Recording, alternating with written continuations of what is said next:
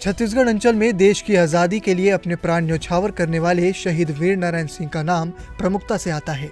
उनका जन्म 1795 में सोनाखान में जमींदार परिवार रामसाय के घर हुआ। 1856 में छत्तीसगढ़ में भयानक सूखा पड़ा। वीर नारायण सिंह ने अंग्रेजों के समर्थक व्यापारियों से गोदाम में अटे पड़े अनाज को ग्रामीणों में बंटवाने का आग्रह किया, लेकिन व्यापारी तैयार नहीं हुए। इसके बाद उन्होंने गोदाम के ताले तोड़कर ग्रामीणों में अनाज बंटवा दिया। इससे अंग्रेज नाराज हो गए।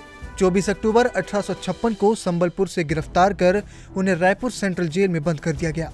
इतिहास में बताया गया है कि वीर नारायण सिंह को तोप में जंजीर से बांधकर जय स्तंभ चौक में उड़ाया गया था, लेकिन अब इसमें नया खुलासा हुआ है।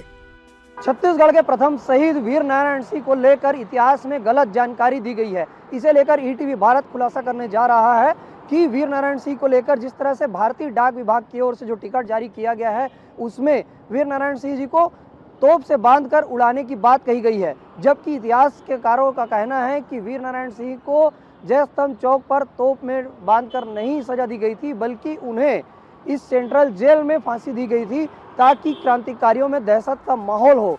इतिहासकार बताते हैं कि शहीद वीर नारायण सिंह को तोप से नहीं उड़ाया गया था, बल्कि उन्हें फांसी दी गई थी। यह पत्र क्रमांक 286 है। इसे 10 दिसंबर 1857 को अंग्रेज अफसरों ने लिखा था। इसमें बताया गया है कि 10 दिसंबर 1857 को सोनाखान के जमींदार वीर नारायण सिंह को सभी अधिकारियों और सेना के सामने फांसी पर लटका दिया गया। तो पहले लोगों में धारणा ये थी कि 2-3 प्रकार के, जब तक खोज नहीं हुआ था तब तक कुछ लोग पुराना अस्पताल को जेल मानते थे, कुछ लोग बच्चे कोतवाली मिला के बंद किए थे, फिर रेलवे पुलिस का ऑफिस था जय स्तंभ वहाँ किए थे।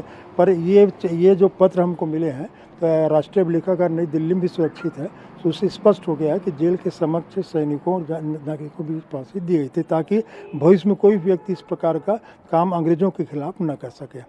कुल मिलाकर तो हाँ, वो भ्रांति सामने बांध के इनको नहीं, वो भ्रांति अब दूर हो गई है, क्योंकि जब हमारे पास मूल पत्र सामने में है जिसको अंग्रेजों ने खुद लिखा है और शासन के रिकॉर्ड में है, तो वो भ्रांति एक प्रकार से दूर हो गई है।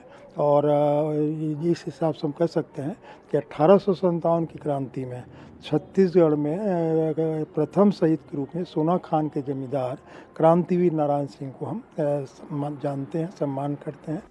इतिहासकार बताते हैं कि शहीद वीर नारायण सिंह को लेकर अविभाजित मध्य प्रदेश में भी जानकारी उपलब्ध कराई गई है। डाक विभाग ने अब तक सुधार नहीं किया है। डाक टिकट में की गई गलती से लोगों में भी भ्रांतियां हैं। हम लोगों ने प्रोफेसर जे.आर. कामले जब आए थे 1986-87 में, तो डाक टिकट के लिए सामग्री बना करके प्रेषित किया था सरकार को। यद्यपि उसमें विभाग का नाम नहीं दिया है न व्यक्ति का, लेकिन चित्र ये भी कहा था कि चित्र बनाते समय हम लोग से एक बार आप हमको अवगत करा दीजिएगा। तो चित्र जो बना डाक टिकट निकाला गया, उसमें एक उत्तर प्रदेश के किसान सदस्य चेहरा दिख रहा है, तोप छुड़ाते हुए उसको बताया गया है। तो हमने तत्कालीन प्रधानमंत्री जी को भी उस समय पत्र लिखा था, राजीव गांधी जी को भी, कि उसमें एक अब टिकट तो सुधार नहीं हो सकता, लेकिन सोनाखान का जो उनका घर था या जो उनका क्रू पार्ट का था, कोई भी एक प्रसंग को लेकर के डाक टिकट को सही किया जा सकता है। और हमने वो चिट्ठी भी साथ में लगा दी थी जिसमें लिखा हुआ 9 दिसंबर 1857 को पत्र है, जिसमें लिखा हुआ है कि कल सुबह उषा काल में जेल के समक्ष उसको फांसी दे दी जाए। वो चिट्ठी भी हमारे हाथ थी जो इसमें लिखा गया था कि फांसी दे दी गई और किसी प्रकार का कोई उपद्रव जो है नहीं किया गया। इतिहासकारों में जिस तरह से उन्हें गलत जानकारी प्रस्तुत करके भारतीय डाक विभाग ने टिकट जारी किया है, उसके चलते ही आम लोगों में भी यह भ्रांति है कि उन्हें जय स्तंभ चौक पर तोप में बांधकर उड़ाया गया था, जबकि वो पूरी तरह से गलत है। कैमरामैन मिथिलेश साहू के साथ मयंक ठाकुर, ईटीवी भारत, रायपुर।